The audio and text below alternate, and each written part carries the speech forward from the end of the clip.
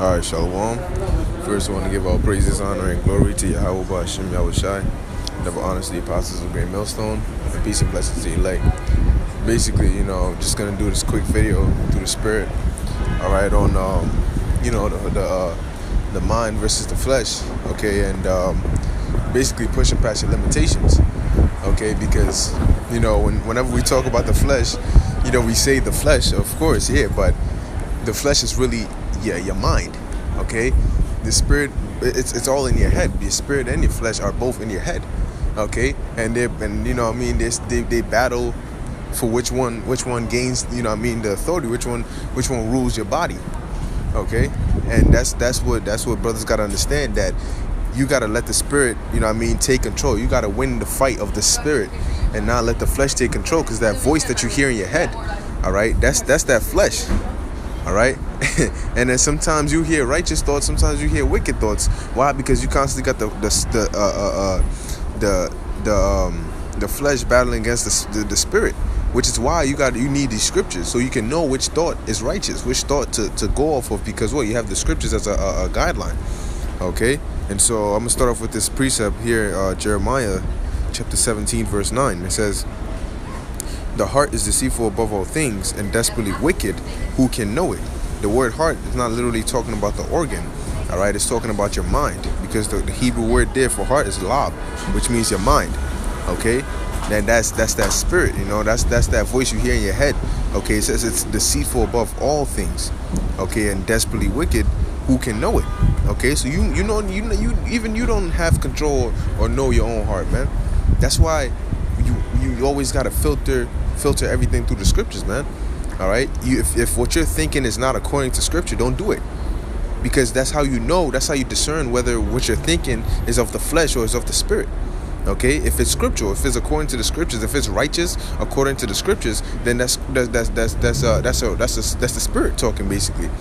Okay, when you see pork and you have the thought of, nah, this is disgusting, I don't want to eat this, all right, because this is against the scriptures, guess what, man? That's that spirit. All right, that's the spirit taking over. That's you ruling your body, because what the mind says, the body follows. Now, if your mind says, your spirit is in control, your mind says, I'm not eating this pork, you ain't gonna eat it.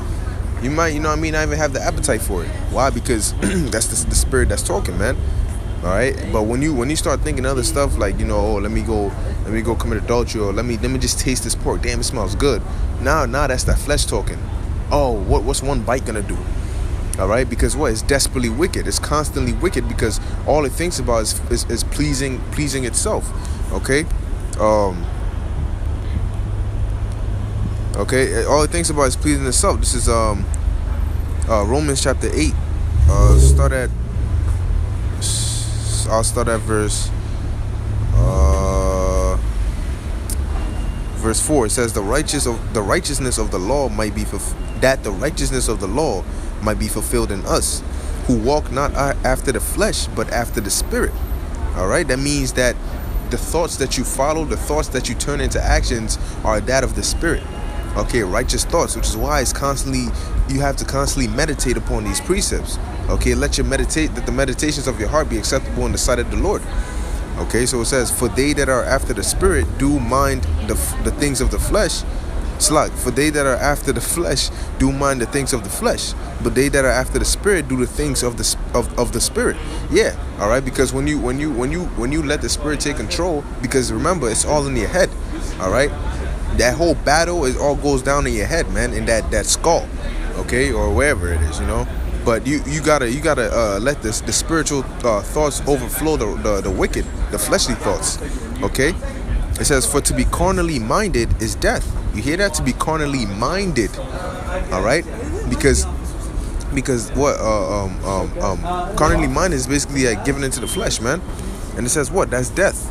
But to be spiritually minded is life and peace, because the carnal mind is enmity against the Most High, for it is not subject to the law of the Most High, neither indeed can be. Yeah, because when you're thinking carnally, you don't care about the law. Your laws are pleasing the flesh. But when you have them righteous thoughts and them spiritual thoughts, and you let that take control, whenever you're in the time, like you getting tempted, you think twice about what you're about to do. Why? Because you're subject to the law. All right, you're subject to the ways of the Most High when you let the Spirit take control. Okay, Like in Get Out, when when you know, I believe his name is Chris or so, when he got sent to the sunken place. All right, when you let the spirit take control, then your flesh goes into that sunken place. But when you let the flesh take control, that's when your spirit goes into the sunken place. Okay, and you don't want that. All right, so it says, verse 8, so then they that are in the flesh cannot please the Most High. Okay, because, and it says, well, but ye are not in the flesh, but in the spirit. So if so be that the spirit of the Most High dwell in you. Okay, so yeah, man, that's what it is, man. You gotta have that. You got, you know, it's constantly battling, and you know, you constantly get these wicked thoughts in your head, but that's just the flesh, man. Don't give in to that, because if you give in to that, then what? It'll start taking control, and next thing you know, your body's following what your wicked mind is saying. Okay, this is Proverbs chapter, I believe it's 14 and 12. It says, there is a way which seemeth right unto a man, but the end thereof are the ways of death. Yeah, because if something seems right to you, but it's not according to scripture, you got to watch out for that, man. Everything you do should be based off of scripture. And yeah, you can do that because the scriptures cover everything. The scriptures tell you how to live, how to raise your kids, how to you know what I mean, do whatever you have to do. The whole duty of the Lord is to serve, the whole duty of man is to serve the Lord. Okay, so the scriptures tell you exactly how to do that. So if something seems right to you, but it's not, it's wrong in the scriptures, then what? The ways, the end thereof is death. Okay, because once you do that, you don't have the understanding, man. Okay, you're gonna remain in the congregation of the dead, man. Proverbs 21 and 16.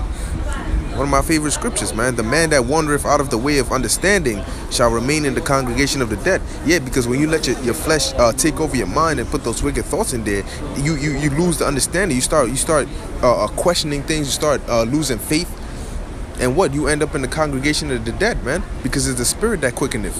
You know, I'm gonna end it off with that precept.